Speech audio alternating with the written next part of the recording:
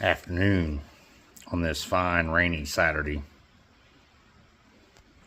Here in the shop, tinkering with this pig. Probably going to mount that cage in the next day or two. Maybe tomorrow morning, Easter morning. Now, I like planting Pioneer seed. I like the way it grows. I like everything about it. But I've tried other stuff. Bex.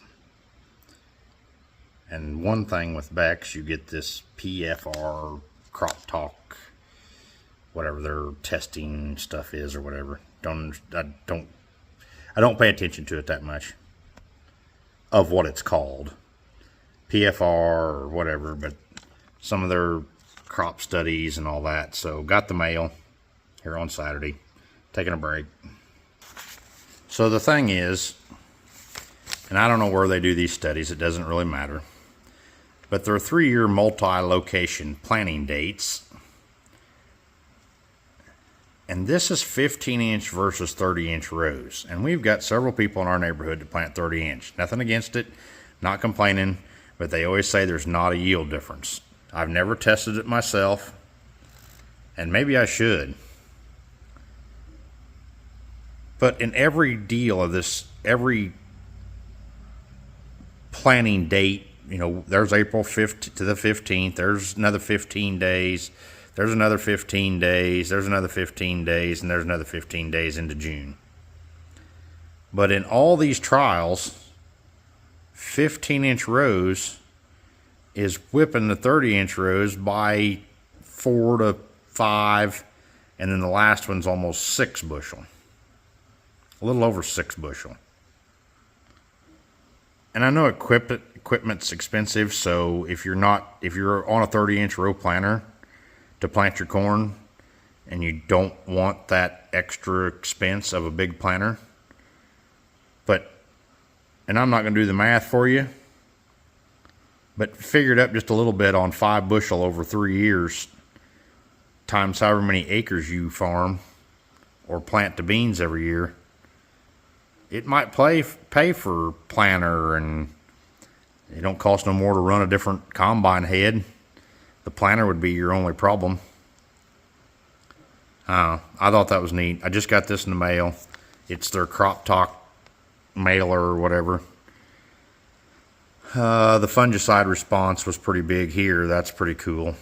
On, I guess it's planting date. So June planted beans with a fungicide response.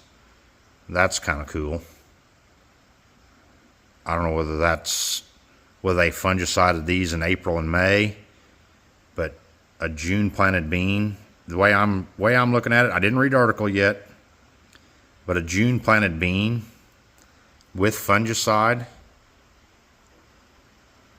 is a return on investment of $21 an acre is the way I'm reading it, looking at just the graphs. But the cool thing, or what I thought was really interesting, is the 4 to 5 bushel, 6 bushel increase between 15-inch rows and 30-inch row beans on a 3-year test.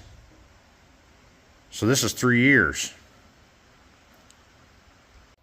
I also understand that this has been debated for years and years and years and years. And probably will be for years and years and years to come. So this was tested in Olivia, Minnesota, Effingham, Illinois, and Goffner, Nebraska. Population was 125,000. In later planted, maybe after May 15th, they increased the population by 25%. Later planted, they're mainly studying the later planted deal. But even in their 3-year test, they're showing a yield increase on 15-inch row beans. Now, I planted about 130,000.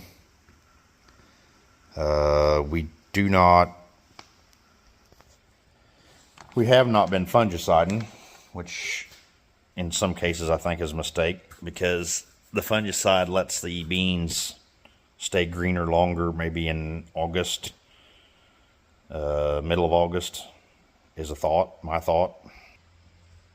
I've been planting at 130,000 on 15-inch rows for 2 years now, and I'd been to 135,000 the year before that, so not very far off. There's no sense in putting a whole boatload of seed out there.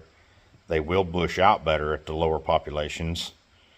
I tried several years ago and planted 20 acres or 30 acres at 100,000 beans, and didn't like the weed control that we had. We had a lot of escapes and all later on because they were a little bit too thin. I think now with some of the better chemicals and residuals we have compared to 10 years ago, it's been every bit of 10 years ago I tried that, and there's a possibility I might try a small patch of it at 100,000 or 110. It's tough to do, but we did have some escapes that year with the 100,000 seeds. And maybe I don't know that the seed treatment's changed. The Pioneer seed treatment's changed. So that may help some too on the lower populations. I'm sure the Beck's treatment is better or whatever than the original. Maybe it's still the original formula. I don't know that for sure. I don't pay attention to that.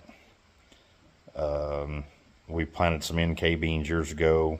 That was always a good treatment. Back then we was probably planting beans at 150 and 160,000 when we was trying the NK beans. Anyway, I thought that was interesting that 15-inch beans over their 3-year study was yielding the 5 bushel, 4 bushel, let's call it 4 bushel. The June one was 6 bushel, but let's call it 4 bushel for math's sake. Better than 30-inch rows. Now I know the equipment's going to be more expensive to buy a planter with 15-inch row, or maybe even 20-inch row. Now I don't know whether they've tested that or not, but I think the 20-inch row would be outstanding, better than that. But then you go back to the point of, do you have one planter and you buy a 20-inch row corn head, 20-inch beans? I know there's a few people around here doing that in our area, Harrisonville area. I think that's cool. I think that's neat, but it does require the expense of a high dollar corn head. Anyway, I'm going to keep planting 15-inch rows of beans until we decide to plant 20-inch corn. Goodbye.